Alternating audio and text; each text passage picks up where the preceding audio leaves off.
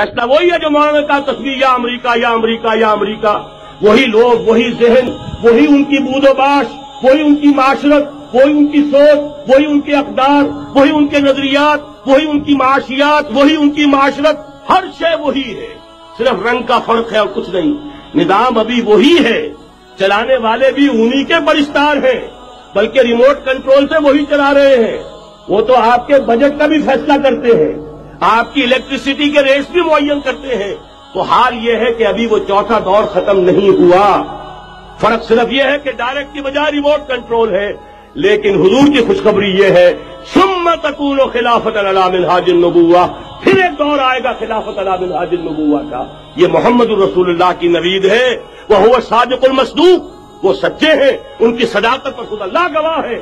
لہذا وہ دور آ کر رہے گا، اس میں کسی بھی بندے مومن کے لیے کسی شک و شبے کی کوئی گنجائش نہیں. اگلی حدیث سنیے. اب جب یہ دور آئے گا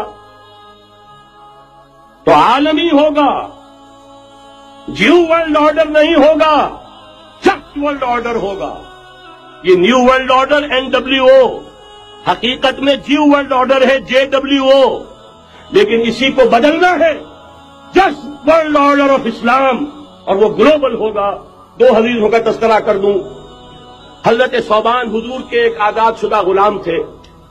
وہ روایت کرتے ہیں، مسلم شریف کی روایت ہے، یہ صحیحین میں فرماتے کہ حضور نے ارشاد فرمایا ان اللہ زوالی الارض فرائیت مشارقها ومغاربها وان امتی سیبلغ ملکها ما سئل لی منها. رواہ مسلم رحمہ اللہ. حضور فرماتے اللہ تعالیٰ نے میرے لیے پوری زمین کو لپیٹ دیا، یہاں تک کہ میں نے اس کے سارے مشرق دیکھ لیے، سارے مغرب دیکھ لیے. اور سن لو مجھ سے، ٹیک اٹ فرام می، میری امت کی حکومت ان تمام علاقوں پر قائم ہو کر رہے گی جو مجھے زمین کو لپیٹ کر اور سکیڑ کر دکھا دیے گئے. گلوبل ہوگی کہ نہیں؟ دوسری حدیث سنیے، یہ پھر مسند احمد ابن حنبل کی ہے. حضرت مقداد ابن اسود رضی اللہ تعالی عنہ فرماتے ہیں حضور نے فرمایا لا يبقى على ظهر الارض بيت وبر ولا مدر الا ادخله الله كلمة الاسلام بعز عزيز وذل ذليل اما يعزهم الله فيجعلهم من اهلها او يذلهم فيدونون لها. یہ ہے حدیث مسند احمد ابن حنبل کی. اور حضرت مقداد فرماتے پھر میں نے کہا اچھا تب تو ہو جائے گی وہی بات وَيَكُونَ الدِّينُ كُلُّهُ لِلَّهِ، دین کل کا کل اللہ کے لیے ہو جائے گا. حدیث کا ترجمہ یہ ہے کہ حضور نے فرمایا روئے زمین پر نہ کوئی اینٹ گارے کا بنا ہوا گھر رہے گا، نہ کوئی اونٹ کے بالوں کے بنے ہوئے کمبلوں کا خیمہ رہے گا جس میں اللہ تعالیٰ کلمہ اسلام کو داخل نہ کر دے. لیکن یہ داخلہ دو طریقے سے ہوگا، بعز عزیز وذل ذلیل، یا صاحب عزت کے اعزاز کے ساتھ یا کسی مغلوب کی مغلوبیت کے ساتھ. یعنی یا تو اللہ تعالیٰ ان کا اعزاز فرمائے گا اور وہ کلمہ اسلام کے خود قائل ہو جائیں گے. جب گھر والا خیمے والا اسلام لے آئے گا تو اسلام اس کے گھر میں داخل ہوگا، اس کو بھی عزت نصیب ہوگی. وَلِلَّهِ الْعِزَّةُ وَلِرَسُولِهِ وَلِلْمُؤْمِنِينَ، عزت و حق ہے اللہ کا، اس کے رسول کا اور اہل ایمان کا. اور اگر وہ اسلام قبول نہیں کرے گا تو یوت الجزیۃ عن ید وہم صاغرون، چھوٹے ہو کر رہنا پڑے گا، جزیہ دینا ہوگا، اسلام کی بالادستی قبول کرنی ہوگی.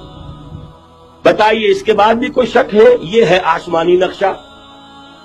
یہ اللہ فرما رہے واللہ متم نورہ ویابی اللہ الا یتم نورہ لیظہرہ علی الدین کلہ ولو کرہ المشرکون. یہ اللہ کا فیصلہ ہے. ادھر یریدون لیطفئوہ ہے، یہ زمینی نقشہ ہے. اب شکل کیا ہے؟ اب میں آپ سے عرض کر دوں کہ ان دونوں کے مابین جو خلا نظر آ رہا ہے، کوئی شخص یقین کے ساتھ نہیں کہہ سکتا کہ اب حالات کا کیا رخ ہوگا. اس لیے کہ ظاہر بات ہے قرآن مجید میں مستقبل کے بارے میں خود حضور سے کہلوایا گیا وَإِنْ أَدْرِي أَقَرِيبٌ أَمْ بَعِيدٌ مَا تُوعَدُونَ. لوگوں مجھے معلوم نہیں ہے کہ جس بات کی تمہیں خبر دی جا رہی ہے وہ قریب آ چکا ہے یا دور ہے.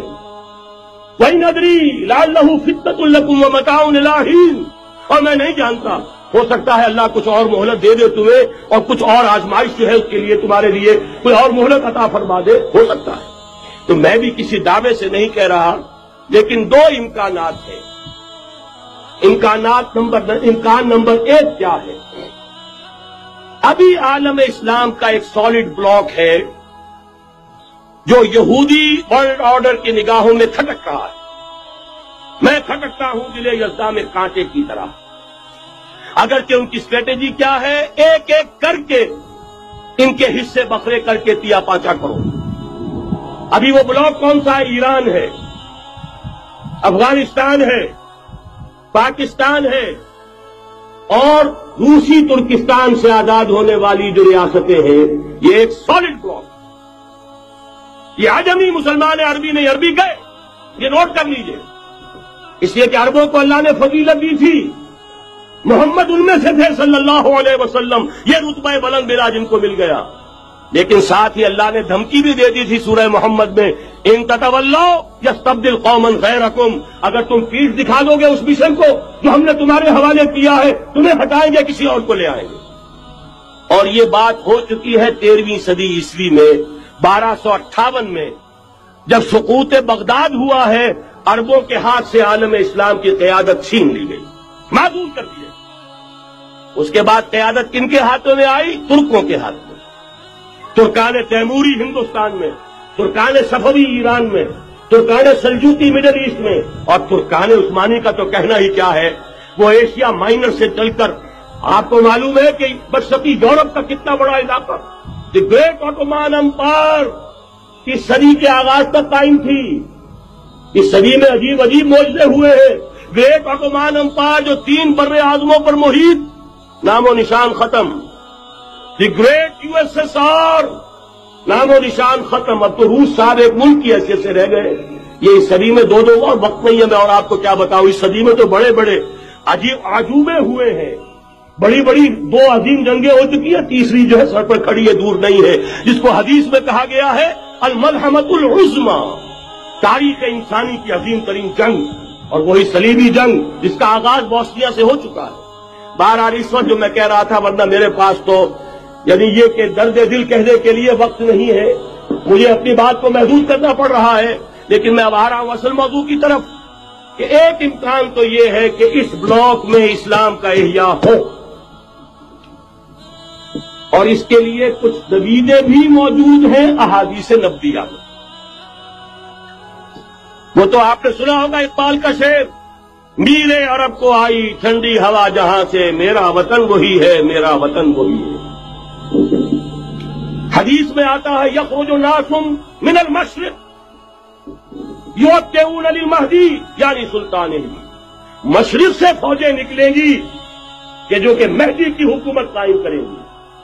یہ مہدی اہل تشیع کے مہدی اور ہیں، ہمارے مہدی اور ہیں۔ اہل تشیع کے عقیدے کے مطابق ان کے بعد میں امام جو روپوش ہو گئے تھے، وہ امام مہدی ہے، وہ ظاہر ہو جائیں گے، ابھی امام غائب ہے، پھر وہ ظاہر ہو جائیں گے۔ ہمارے نزدیک یہ مہدی پیدا ہوں گے یا ہو چکے ہو، اور یہ ہوں گے حضرت فاطمہ کی نسل ہی سے رضی اللہ تعالی عنہا، لیکن عالم عرب کے اندر پھر ایک طاقت بن کر ابھریں گے، باطل کی قوتوں کے خلاف جہاد کریں گے، لیکن ان کو مدد آئے گی 2 طرف سے، ایک زمینی مدد آئے گی مشرق سے، ایک آسمانی مدد آئے گی، عیسیٰ ابن مریم کا نزول، حضرت مسیح علیہ الصلوۃ والسلام جو زندہ آسمان پر اٹھائے گئے تھے نازل ہوں گے، اور در حقیقت ان 2 مددوں کے نتیجے میں پھر یہود کا قلعہ قمع ہوگا، اور یہی گریٹر اسرائیل ان کا گریٹر گریو یارڈ بن کر رہے گا، عظیم تر قبرستان بن کر رہے گا۔ اس کی بڑی واضح حدیثیں موجود ہیں، اس کی بڑی تفصیلی خبریں موجود ہیں۔